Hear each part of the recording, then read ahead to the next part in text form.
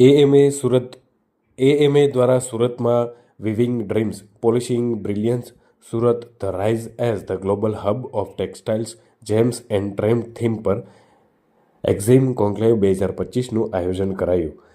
AMA centre for international trade, Ahmedabad management association દ્વારા the સ્તર્ધન, Gujarat chambers of commerce અને industries અને સુરત મેનેજમેન્ટ એસોસિએશનના સહયોગથી સુરતના SRK હોલ ખાતે એક્ઝિમ કોન્ક્લેવ 2025નું આયોજન કરાયું હતું.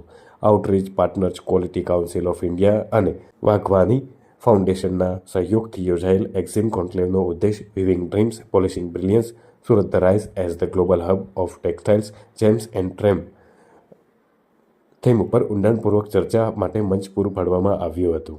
ઉદ્ઘાટન સત્રમાં અતિથિ વિશેષ તરીકે Abhimanyu Sharma, joint director, directorate general of foreign trade અને IPS ડૉક્ટર પન્ના મોમાયા ઉપસ્થિત રહ્યા હતા. આ ઉપરાંત અનેક સામાજિક અને રાજકીય અગ્રણીઓ સહિત ઉદ્યોગ અગ્રણીઓ પણ વિશેષ ઉપસ્થિત રહ્યા હતા. મારું નામ નીતિન ઓઝા છે. સુરત મેનેજમેન્ટ એસોસિએશનનો હું પ્રેસિડેન્ટ છું અને એ સિવાય ઇન્સ્ટિટ્યૂટ ઓફ એન્જિનિયર જે આખા ઇન્ડિયાની જૂનામાં જૂની સંસ્થા છે અને ગુજરાતને હું પ્રોડક્શન એન્જિનિયરિંગ ડિવિઝનમાં રિપ્રેઝેન્ટ કરું છું. આજનો જે એક્ઝિમ કોન્ક્લેવ રાખ્યો છે કે એક્સપોર્ટ અને ઇમ્પોર્ટ સાથેની સમસ્યાઓ અને એનું નિરાકરણ. આપણે ઘણી વખત જે બધી વાતો કરીએ છીએ કે અહીંયાથી એક્સપોર્ટ કરવી, લાઈક આપણે એન્ટર થયા ફ્રી ટ્રેડ ઝોનમાં, કોની સાથે કે ભાઈ ફ્રી ટ્રેડ એગ્રીમેન્ટ કર્યા ઓસ્ટ્રેલિયા સાથે, પણ એની સાથે એ નક્કી નથી થતું કે આપણા કયા સ્ટાન્ડર્ડો એ લોકો સ્વીકારશે અને એના કયા સ્ટાન્ડર્ડ આપણે સ્વીકારશું. આ વસ્તુની ક્લેરિટી આપણે આપી નથી રહ્યા. That is very important part. Secondly, કે જ્યારે આપણે એક્સપોર્ટ ઇમ્પોર્ટનું શીખવીએ છીએ ત્યારે અંદર આ કુશળતા પણ શીખવે કે કાર્ય કઈ રીતે કરવાનું છે. બુકિશ વેલ્યુ આપણે કરી શકશું. હું તમને એક દાખલો આપું કે ડિહાઇડ્રેશન.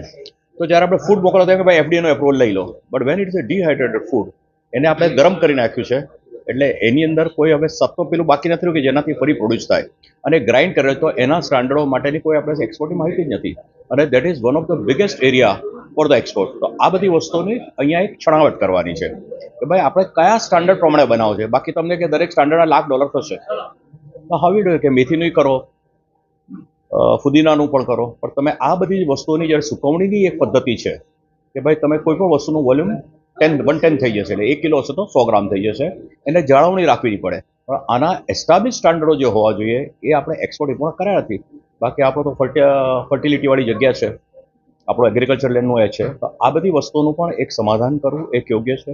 બીજું કે પ્રોડક્ટ બેઝ, જે મેં ત્યાં વાત કરી હતી કે આપણી પાસે 195 કન્ટ્રી છે, પણ આપણે કેટલી કન્ટ્રીઓ સાથે વ્યવહાર કરીએ છીએ? એક તો ઇંગ્લિશ સ્પીકિંગ કન્ટ્રી સાથે અને જેની સાથે આપણે કંઈક સંબંધ, એટલે normally if you look at USA, UK એ લોકો સાથે. પણ જે લોકો બીજી ભાષા બોલી રહ્યા છે એની સાથે આપણે કામ નથી કરતા. But they are eager. Like if you go to Mexico, we say it is just below the India, પણ તમે જો તો ઇન્ડિયા કરતાં આખું infrastructure we have collaboration at Mexico.